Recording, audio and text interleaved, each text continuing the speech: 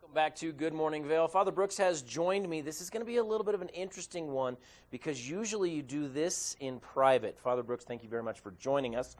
Glad to have you here. Great to be here. I have to confess to you. Can we have a confessional this morning? Well, sure. After we do this weather update. Yes. Weather brought to you by God. There you go.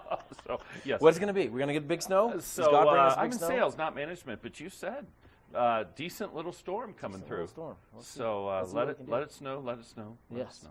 So my confession to you. Yes, my son. Yesterday I went fishing. The fishing was really, really good, and we could have stopped, but we didn't. So that's my confession to you: is we fished a little bit longer. Let's take that as the theme for Christmas. Okay. Everybody, brought to you, Christmas plan brought to you by Rick. We could have stopped. We could have. But we went longer. So that's not a bad way to have a Christmas plan. True. Now that I think about it. Yeah. Rick, take it one step farther. What's your Christmas plan? What's your plan? So plan for Christmas for us is time with my daughter. Yep. And I do a lot of giving myself. I like to do that, and I like to give both time and finances if I can. And this is a time where we really think about it, and so I like to do that for people who may not have quite as much. Well, everybody, Rick Messmer, everybody have a plan. Yes. Everybody have a plan.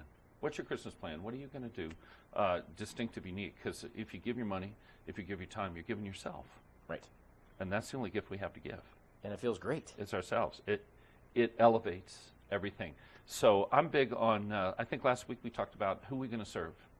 Right. Someone new, someone different, a different organization. Salvation Army, Adopt a Family is in full swing. We are ringing those bells at kettles all around the valley. Need people's help to bell ring. There are volunteer opportunities at every congregation in the valley. Oh, sure. To walk in and Operation Christmas Gift and Child. Every church, every synagogues have all of these opportunities, particularly at this time of the year. So that's a really important part of your Christmas plan. I appreciate hearing that. Let's go back to the bell ringing because it's interesting to watch people. We do a food drive for the company that I work for the holidays. We're doing our third installment this weekend, this Saturday, at the Edwards Village Market. And it's interesting to watch people when they hear the bell ringing or they see you out there trying to get canned foods and that sort of thing. The eye contact goes away. If they don't have $1 in their pocket or some change or something like that, or they can't give, they look away. But see, this is why you have people in the valley that know everybody. I followed people into Village Market, into the meat aisle, ringing the bell, just to shame them into giving money. I followed people into the parking lot, around into the liquor store at Riverwalk Wine and Spirits. Nice. It's lovely to haunt people. Walmart, love it. So anyway, sometimes I pull out a bell and just start ringing it. But you know what? It's all in fun. Right. But it's for a good cause. So the other thing about a Christmas plan is you're doing something for yourself. And and your family. Yes. And not everybody here gets that because we're so busy with schedules, we're so busy taking care of the people that we love. Right. So it's funny for a pastor to say this, but I want everybody out there in TV land to figure one thing to do for yourself.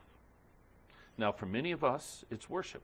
Yep. For many of us, it's coming to church on Christmas Eve or Christmas Day, and I've had people walk in literally because they didn't have anywhere else to go, but they want to do something for themselves. Nice. Something important, something that elevates them.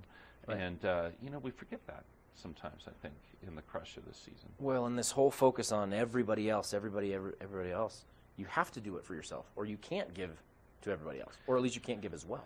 And I'm not talking about even material things. No. I'm talking about a moment, an experience where you stop and you say, I'm going to hold this holiday sacred. Holy day is the root of the word holiday. Nice. And it was supposed to be sacred and set apart. It was supposed to be different. And this is the genesis of every Christmas story you've ever heard or watched or read, is to claim this as sacred space. Perfect. And do something special for yourself. And I hope everybody does that at our churches. Walk in. This Sunday, we're lighting the tree. Rabbi Joel Newman, B'nai Vail, and I are lighting Hanukkah candles and a Christmas tree. Town of Vail, Sunday afternoon.